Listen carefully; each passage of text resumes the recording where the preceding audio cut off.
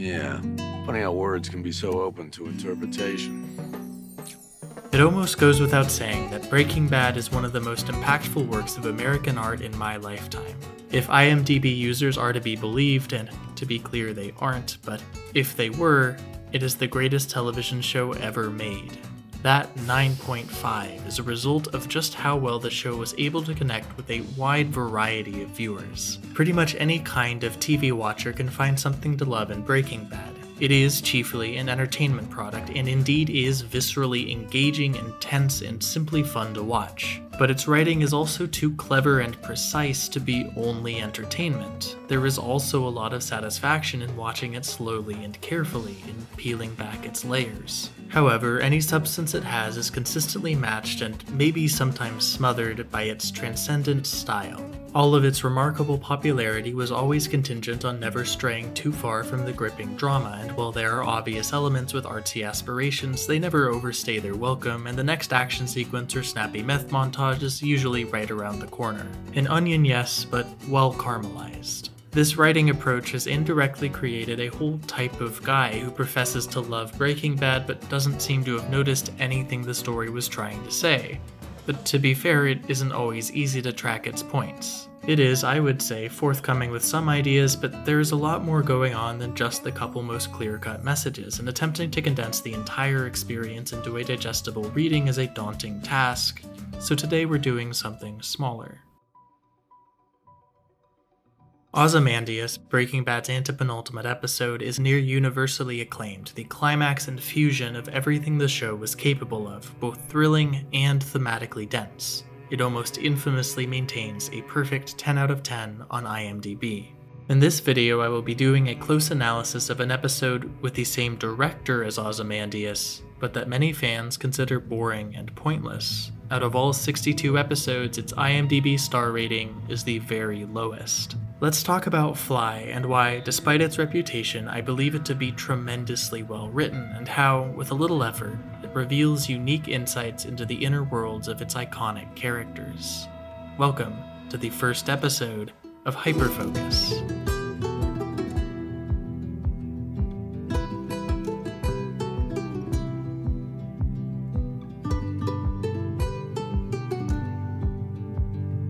I am awake. Spoilers ahead for the first 3 seasons of Breaking Bad and some vague allusions to the direction the show takes afterwards. For those who really don't know, Breaking Bad is the story of Walter White, a depressed high school chemistry teacher who, when diagnosed with terminal lung cancer, decides to start cooking meth to make as much money as possible for his family before he dies. To get into the business, he recruits the help of former student Jesse Pinkman, the show's other protagonist, and the testy, complicated relationship between the two characters is one of the story's main focuses. Even though Walt does prove to be a brilliantly talented chemist capable of making extremely pure methamphetamine, the situation quickly goes horribly awry, and he and Jesse are thrust into life-or-death ordeals where they have to compromise their morality just to survive another day. Through a combination of guile and good old-fashioned luck, the two always manage to barely come out on top, but not without experiencing real traumatic hardship. Despite multiple opportunities to get out and do anything else, however, both continue to make meth because, in large part, they see it as their only way to make that sort of money. And, in spite of multiple verbal and physical altercations, Walt and Jesse both discover again and again that they do need to work together to have any chance at the success they crave. Breaking Bad's big trick is how it initially presents Walter White as the hero, or at least the relative good guy.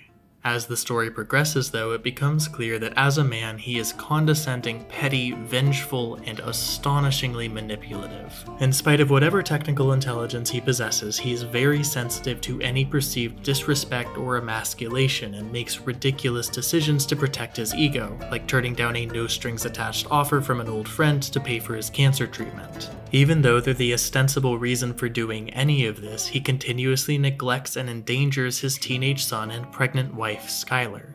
Sooner or later, the viewer will realize that Walt is not doing this for his family, he's doing it for pride and power. Across the first 2 seasons, Walt's moral choices are increasingly questionable, but maintain at least a veneer of defensibility. Until one particular moment. So, about halfway through season 2, Jesse is at his lowest point, homeless and exhausted, and the only person who helps him out is a woman named Jane. Jane soon becomes his next-door neighbor and, not long after, his girlfriend. While not getting too much time on screen, their relationship is clearly presented as the brightest part of Jesse's life thus far in the story. However, it is fragile. Jane is a recovering addict, and proximity to Jesse's lifestyle causes her to relapse, and she, in turn, introduces him to heroin. Walter is increasingly frustrated by Jesse's ensuing unprofessionalism and lack of availability. This comes to a head when he is forced to miss the birth of his daughter Holly in order to deliver a shipment because Jesse is far too high to do it himself, and then refuses to give Jesse his half of the money, $500,000, until he gets clean. Days later, Jane takes it upon herself to blackmail Walt for the money so she and Jesse have the means to leave the country and start a new life somewhere else. Spurred on by some misplaced desire to be a father figure to Jesse, Walt returns to the house where the couple is strung out on heroin. While trying to shake Jesse awake to tell him something, what exactly he was going to say is never clear, he knocks Jane onto her back and she begins to vomit. At first he moves to help her but hesitates and, ultimately, chooses to let her suffocate and die.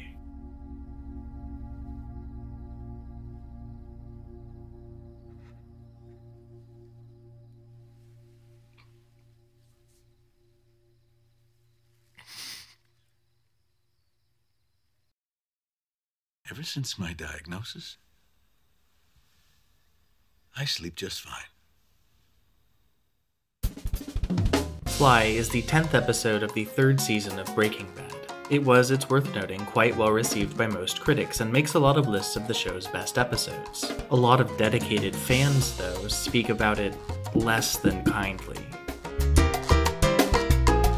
I've even seen people recommend skipping it on one's first viewing of the show, although that's a minority opinion. The reason for this disconnect is obvious from the get-go. Fly lacks a lot of the features normally expected of a Breaking Bad episode. It only includes 2 characters, Walt and Jesse, and takes place almost entirely in one location. So precisely does it fulfill the definition of a bottle episode that it has become one of the primary examples of the term. The show's creators have been honest about its existence being the result of the season going over budget and needing something to film as cheaply as possible. It has no exciting set pieces, no catchy licensed music, and no instantly quotable epic speeches. There aren't even any murders. So if that's what you're in the show for, the distaste is understandable. I think it's great anyway. Now, I know I'm far from the first person to defend this polarizing episode, but I am, as far as I know, the first to do it like this, and I think you'll see what I mean. This whole video is, to be honest, an experiment for me, to examine a single section of a broader story with much more detail than I could in a comprehensive project. This will be a thorough analysis, and I mean thorough, like going scene by scene. I don't know for sure if this will be an engaging structure, but I hope it'll be fun to try for me, and you, I guess. Do let me know how this all feels to you. The last thing I need to discuss before digging into Fly is how Season 3 begins. The first thing we see Walt do is set his pile of cash on fire. Immediately he regrets this, but the idea is clear. Walt is experiencing guilt. The previous season ended with a plane crash that killed 167 people. Through a complex array of factors, this crash was caused by Walt letting Jane die. This is an absurdity, of course, but my stab at the point is that your actions have consequences beyond your comprehension. No matter how in control you may feel, if you choose to do harm, you have no possible way of knowing what horrors may end up on your shoulders. Walter White does not have an audible internal monologue and doesn't talk to himself for the benefit of the audience. And because he cannot verbalize his feelings to the other characters, can't possibly admit what he's done, the show has to utilize other methods to show his internal struggle without breaking its own rules. In another scene in the same episode, we see Walt slather a sandwich with red jam before cutting off its crusts. This calls back to one specific character, Crazy 8, the first person Walt kills with his own hands. Said killing could reasonably be considered self-defense, is at least far less objectionable than letting Jane die, but centering this particular image shows that it isn't just the crash that weighs on Walt's mind. He's still thinking about all of it. Breaking Bad can use mundane symbols to convey its characters' inner thoughts. For a good chunk of the third season, Walt really believes that he's lost everything, that he's done terrible things, and none of it was worth it. I can't be the bad guy.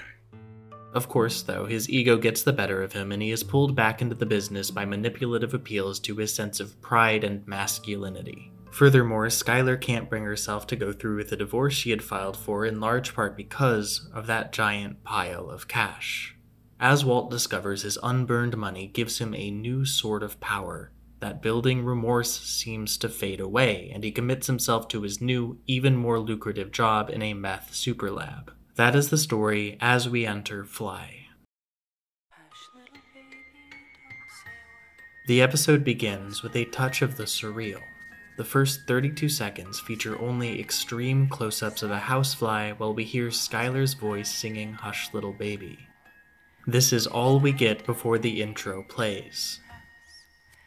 So, we have two concepts to track, the fly and the lullaby. The intro cuts to another extreme close-up of a harsh, flashing red light. The light belongs to a smoke detector above Walt's bed, which he is sleeplessly staring at 2 in the morning. Suddenly, it's 6 a.m. and Walt gets out of bed looking exhausted while that red light still blinks behind him. Obviously, we learn from this scene that Walt is struggling to sleep, but this is made more significant by a scene about halfway through Season 2, where Walt claimed that ever since his cancer diagnosis, and therefore all the events of the show, he sleeps just fine. This is disconcerting to hear him say in the moment, as even if this is before his worst actions, his conscience should still be far from clean. But now by Fly, something has apparently changed, and Walt again lays awake at night. This scene also marks another concept worth tracking, the color red. Next, Walt and Jesse arrive at the laundromat that hides their lab. Walt stays in his car for a moment, staring into space while soft ambient music plays in the background. For just a second, that same lullaby is faintly audible, before Jesse knocks on the window to get its attention, and the two enter the building together. Even once his day has started, even at work, Walt is preoccupied, and it has something to do with that song. The following scene is about a minute of Walt and Jesse cleaning the lab equipment. Jesse rambles about some nature documentary he watched and complains about not having assistants to do this for him. Yo, Gatorade me, bitch. This shows that despite all the money he makes, he is disgruntled with his work situation, which was established the previous episode. Also interesting is how casually he speaks around Walt. Despite all the past tension and abuse in their relationship, at this moment Jesse's frustrations lay with people other than him. For the time being, they've regained something of a good rapport. Then we skip to the end of their workday, and Walt finally says something for the first time in the episode. I don't understand. What? These numbers, they just don't add up. After doing some calculations, he's discovered that their yield is lower than it should be by a non-negligible margin. Literally, this is because Jesse is stealing small amounts of meth to sell on his own time to people in his Narcotics Anonymous group. Not his finest moment, but for what it's worth, it doesn't end up working. To avoid suspicion, Jesse somewhat sloppily throws out a few bullshit explanations for the discrepancy. The only one that Walt doesn't immediately dismiss is the idea of vestiges, things left over during the chemical process. Satisfied that he's gotten the heat off himself, Jesse leaves for the day while Walt insists on staying late to work on the problem. That the vestiges idea is compelling to Walt is a tangible clue as to the source of his restlessness. Seconds after Jesse leaves and Walt is alone, he hears the buzzing of a fly.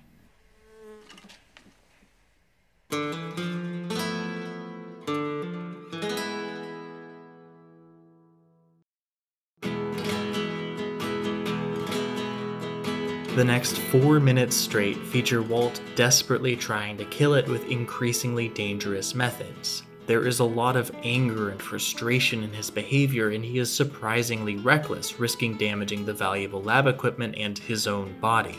Most memorably, he falls all the way from the catwalk to the lab floor. As he lies there in pain, the fly, tauntingly, lands right on his glasses.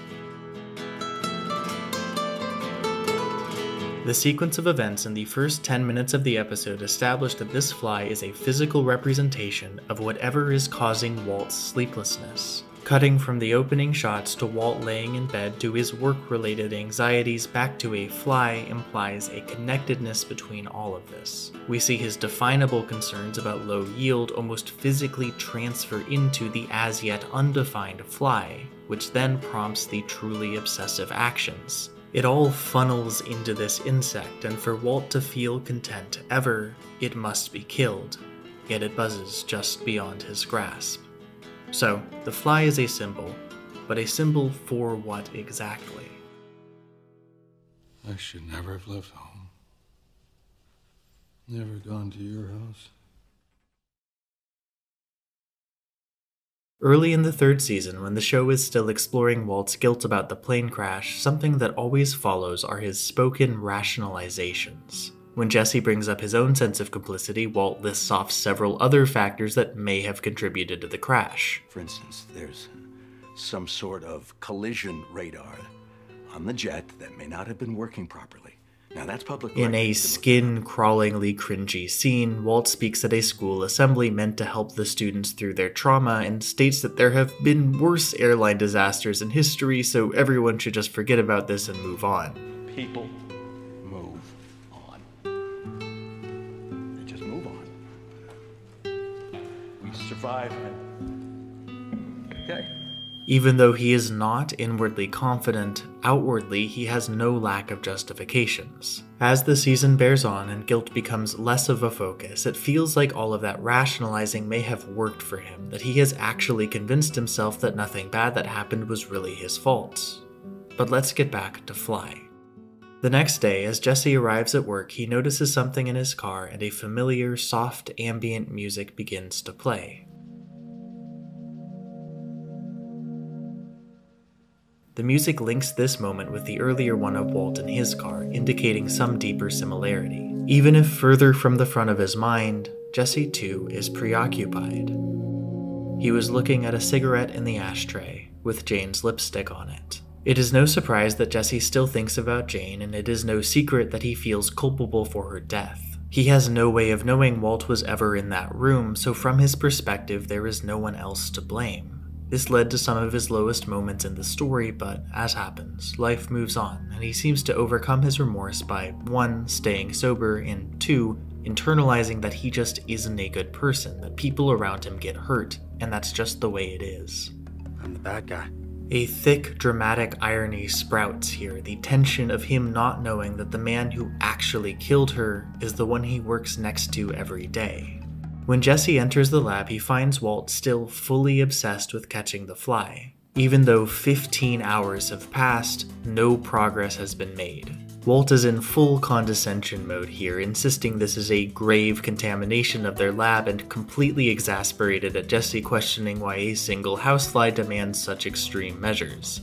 Jesse recognizes Walt's behavior as strange and erratic, suggesting he may be concussed or even high on their product, but does reluctantly agree to join the search. After some time, still with no success, Jesse tries to secretly start the cook, which prompts an immediate violent reaction with Walt's makeshift fly saber. What is your problem? Then the fly, which Jesse had previously been unsure even existed, lands right on Walt's head. Eager to return the blow, Jesse relishes the opportunity and swings with full force. This fight exemplifies the fascinating contradictions of their character dynamic. As in, these guys don't like each other much at all. They don't flinch at the opportunity to cause the other pain, and every truce comes with another layer of unspoken bitterness. And yet, here they are, working together again. A lot of it is the money, to be sure, but at this point, can that fully explain it? Maybe there exists another reason they stick together. Their violence solves nothing, though, at least this time. Walt scrambles around on his knees for proof the fly is dead, but finds only a raisin. This is a raisin. Incredible delivery from Cranston there. The fly lives on. On the floor, Walt's tone switches from domineering to something resembling vulnerability. He speaks about the fly not just as a potential contaminant, but as a matter of life and death. There is no more room for error. Not with these people. Rather than respond to the content of what was just said, Jesse suggests they both get some air. Walt feigns agreement, but then steals Jesse's keys to lock him out of the lab and continue the hunt alone. If you're not gonna help me, stay out of my way! Jesse then searches for a weapon to break down the door before deciding to just cut off the lab's electricity, the timing of which causing Walt to topple over. As he gets up and limps forward, he is bathed in harsh red light. We see no indication that Walt was making any progress on his own, so Jesse forcing him to take a break and accept help also enables a change in tactics. Jesse buys several bagfuls of pest control supplies, but the only one Walt deems acceptable are the fly strips, which they put up by the dozen. Jesse has been playing along for a while now, but clearly doesn't buy the fly being a real problem. The work he is doing is for Walt's sake. The fly strips create some interesting narrative space because now all the characters can do is wait. Therefore, they suddenly have plenty of time to talk. How long do you think you've been away? Why do you keep asking me that? This next scene is 14 minutes long and is among the most revealing of the entire show. Once the strips are up, the first thing Jesse does is make some coffee, but slips some sleeping pills into Walt's cup. That isn't, ethical, but Walt, for one, loves poisoning people, so I'd say he had it coming. The intention here is to help him. Walt began the episode sleep-deprived and has been awake well over 24 hours since then. In Jesse's mind, if he can just get Walt to pass out, then maybe he'll sleep off this bizarre obsession and go back to normal. Walt drinks the coffee without suspecting anything, and Jesse asks him what seems like a non-sequitur question. You ever, like a wild animal, trapped in your house? For the following 4 minutes, Jesse delivers a near uninterrupted story about his aunt becoming obsessed with an opossum living under her house. I mean, she kept insisting she could still hear the thing. I mean, you could not tell her any different. That he mentions the aunt at all here is immediately interesting. She died shortly before the events of the story from cancer. While details are spare, we know she was a very important person in Jesse's life. He inherited her house and he was her primary caretaker in her final days. The first time Jesse expresses genuine sympathy for Walt was when he discovered his cancer diagnosis, explicitly because he witnessed his aunt go through that horrible process herself. He ends his monologue by saying that the reason for her obsession with chasing the opossum was because the cancer had spread to her brain. Jesse's story proves that he is again seeing his aunt in Walt. It has triggered a sort of caretaker response in him and is a strong explanation for why he still works with Walt at all. Jesse sees him as a sick man who needs the help of others, whether he'll admit it or not. As a character, Jesse always has an innate impulse to help others. He may not always do the best job, but his deep-seated desire to help is a major driving force of the story. Despite everything, that impulse still extends to Walt. That is, in substantial part, why Jesse is still here. Walt registers Jesse's concern but states that he is still in remission, that he is not physically ailing, and then he launches into his own contemplative monologue. Well, I missed it. Unprompted, he talks about how he missed the perfect moment to die. At first, he just expresses annoyance that Skylar won't understand why going into the meth business actually makes perfect sense, but when he mentions Holly, a new emotion tints his voice. And plus, my daughter wasn't born yet. Walter White seems to be approaching a rare moment of sincerity. What was the best time to die? After listing some of his bigger mistakes, the fugue state, the second cell phone, he settles on an answer, which he introduces as the night Jane died. This catches Jesse's attention and he listens intently as Walt describes his actions that day. He discusses in particular coincidentally meeting Jane's father in a bar. Jesse asks for more and more details, seemingly desperate to hear anything more about Jane, similar to how he listened to her voicemail message over and over until her number was disconnected. Walt continues the story as much as he can, then stops and makes a series of pained facial expressions. He can't keep talking because what happened next is he went to Jesse's house and murdered Jane. Do I have any lawyers in my audience? Could this technically be called a murder? Maybe it wouldn't hold up in a real courtroom, but in the context of fiction, it was murder. The scene is only meaningful if it is. Walt then turns away from Jesse and wonders aloud about how extraordinary the coincidence of meeting Jane's father was and what it could mean. What is it telling us when, on the very night that this man's daughter dies, it's me who's having a drink with him? As a very scientifically minded person, Walt even alluding to the possibility of a supernatural is a sign of him feeling truly defeated. We see this in the earlier episode where he and Jesse get stuck in the desert. Only when he feels entirely out of options does he earnestly self-reflect. By causing Walt to even consider the cosmic, the Fly is winning. Moreover, this line of thought is interesting because, well, unlike ours, Walt's universe isn't random. It wasn't coincidental, it was dictated to happen by entities beyond his comprehension. The writers. While not necessarily the intention, this passage functions to me as a red-hot reminder that all this was created with purpose by real people to convey ideas. What is it telling us? Now, finally, Walt zeroes in on a precise moment. When he was watching a nature documentary, listening to Skylar singing a lullaby to Holly in the other room. That was the audio we can hear in the first 30 seconds of the episode. That, he says, was when he should have died. Oh, if I had just lived right up to that moment. And not 1 second more. Again, the Fly buzzes out of his reach. The Fly represents, specifically, Walt's remorse for killing Jane. His chosen moment to die was only special in that it was his final moment of peace directly before he killed her. Now, with plenty of time to think behind him, he still cannot kill that Fly, cannot justify his choice, and it ruins everything for him. For so long, Walt lied and lied and lied to others and to himself that everything he was doing was for the benefit of those he loved, that with the right words or the right math, it could all be figured out as worth it in the end. That isn't working anymore. Walter White does love his baby daughter. That much is true. Whether money or mockingbirds, he grips tightly the idea that he is providing for her, but, like the lullaby, that is only a comforting fiction. The person he is becoming, these sorts of moral choices he is making, all supposedly for Holly, only ends up killing someone else's daughter instead. The direct comparison the show constructs between Holly and Jane is an unavoidable lesson to Walt that this is all wrong, all broken, all contaminated. He cannot avoid that truth. But now where do you go from here? No, you're gonna break your neck. So here's a question. Why is the floor of the lab red?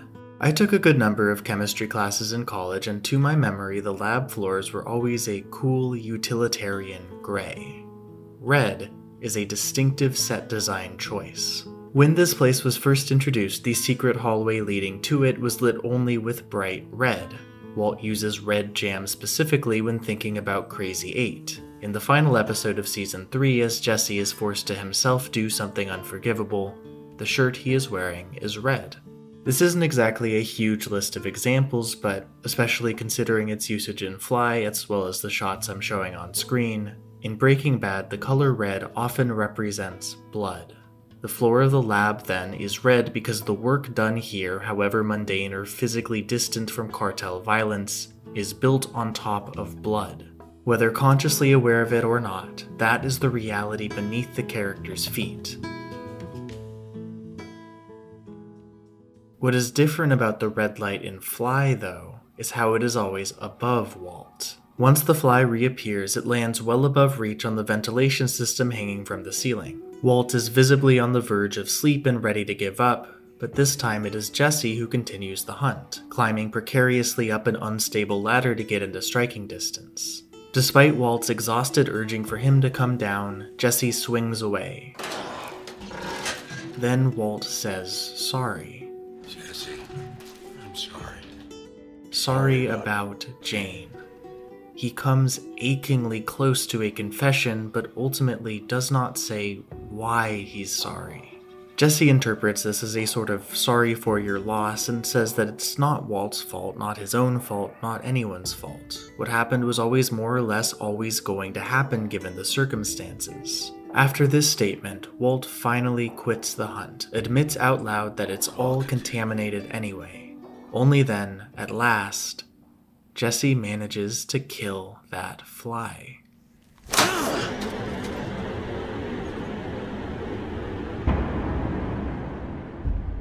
But Walt has fallen dead asleep. There are a few things we can pull from this scene. By writing him into an altered state of consciousness, Breaking Bad can get Walt to express emotions his ego normally wouldn't allow. Contrition from this character is rare, but Fly crafted a perfect moment for it. However, he still can't tell the whole story because, at least from his perspective, it would kill Jesse. If Walt truly confessed in this exact moment, Jesse very well could fall off the ladder and break his neck. This is representative of Walt's conception of their whole relationship. He sees Jesse as unstable and on the brink of disaster and in need of protection. That's part of why he got Jesse his job back. But he can't protect him and tell the truth, they're mutually exclusive at this point. So he accepts that the fly will never come down from the ceiling, that he will never be rid of his guilt. Jesse, on the other hand, can be honest. He absolutely does carry some responsibility for Jane's death. His behavior directly led to her relapsing. But because he has talked about it, can talk about it, he is capable of, with some real effort, killing the fly, accepting what happened, and moving on. But Walt has trapped himself into a guilt so much greater, so specifically isolating, that he cannot do the same. The fly can only die if Walt is not conscious to witness it. Jesse then carefully tucks Walt into bed on a couch and completes the cook by himself. The episode jumps to both of them leaving the laundromat at the end of the day. Walt tells Jesse that if he is stealing the missing meth, he won't be able to protect him. Jesse admits nothing. I didn't take a shit. Here we see Walt's motivation solidified. He feels obligated to protect Jesse. And with his flippant response, we see that Jesse is overconfident. After all, Walt turns out to be correct about his precarity. This scene does follow naturally from the events of Fly, but is more foreshadowing than anything else. Lastly, the episode presents a bookend. Back in his apartment, Walt is awoken by the sound of a buzzing fly. He looks upward at that same flashing red light. The fly lands directly on the bulb. The camera closes in on Walt's face, and the episode ends. A disquieting song plays over the credits. A lot of blood is spilled in Breaking Bad. Walter White is responsible for much of it, but many of his victims were terrible people in their own right. Even Jane was no saint. For a while, Walt was successful at putting all the red behind him beneath him. But now there is at least a pinprick of red above him always, so he might as well be awash with it. No matter where he is, that fly will follow incessantly. He cannot justify killing Jane, and, on a real, conscious level, that tortures him every second he is awake. It sounds like it's a hard thing to put into words, but you always want to give a lot in your storytelling, but in a weird way, you want to give as little as it takes to be exciting and interesting, and that sort of goes for any episode of this show. Isn't it strange, when you think about it, to give every episode of a story an individual star rating? Not everyone can be a 10 out of 10, it's just impossible. Ozymandias is so beloved because it was the culmination of so much that came before it. You still needed all those episodes that laid the groundwork in order for the climax to pay off so brilliantly. So it just feels faulty to me to declare those slower but still very essential sections of the story to be worse, right? Fly is so maligned because to many people it is the slowest of those slow episodes, the one that builds the very least. But Breaking Bad's writers are just too good to let that happen. While it doesn't strictly advance the plot, it does take time to reflect on previous events in a way that explores these characters from a particular angle you don't get anywhere else in the show. And this happens right before the character's situation spirals out of control without reaching an equilibrium for a season and a half. They transformed a limitation imposed on them by real-world financial concerns into something novel and narratively valuable, which feels like it couldn't fit better into the story's chronology.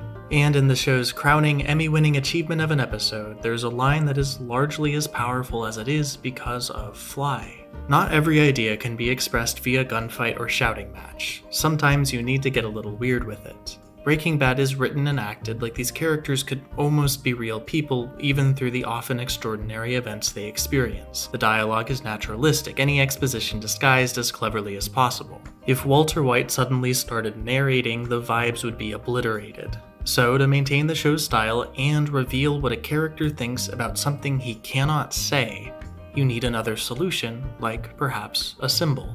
Through this symbol, we know that Walter White constantly feels guilt and shame about what he's done, and that makes the whole rest of the story more complex and interesting than it would otherwise be.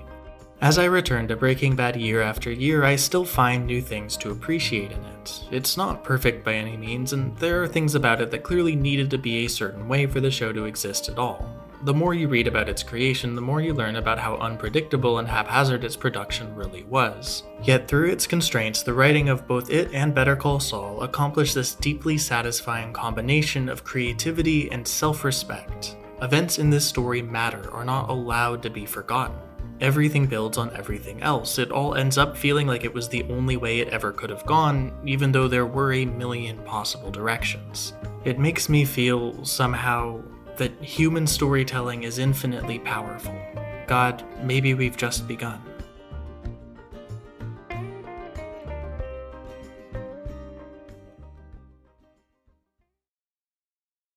Hi, thanks so much for watching to the end. On the screen are my wonderful patrons who are essential in my ability to keep making stuff. Feel free to join them for as little as $1 a month. This video was a bit different than normal, both in format and subject matter. I wanted to branch out a bit in the kinds of stories I analyze and come up with a style that takes a little less time to produce. I must confess that it was in some senses a failure. It ended up being only slightly shorter than a reconstructed episode and took only slightly fewer hours of work to create. In terms of mental strain, it was one of the harder videos I've made somehow. I definitely want to make more Hyperfocus episodes, but it does not seem to be the solution to my problem with inconsistency as a creator that I had hoped for. Like and subscribe. Going forward, my main focus will still be analyzing games, but every once in a while it should be fun to go a little outside my wheelhouse. I'm glad I finished this video and do think it makes some real contributions to analysis of Breaking Bad, but during the editing process I started to really hate it, which is nothing new, but this was on another level. Please do share it around if you enjoyed it. That always means the world. I, again, will keep trying to make my videos as good as they can be, but I really do want to make them more consistently as well. I'll do my best. Thanks again for watching. I've been Skyehoppers, and I'll see you in the next one. Am I talking too much? I am, right? I am. I know.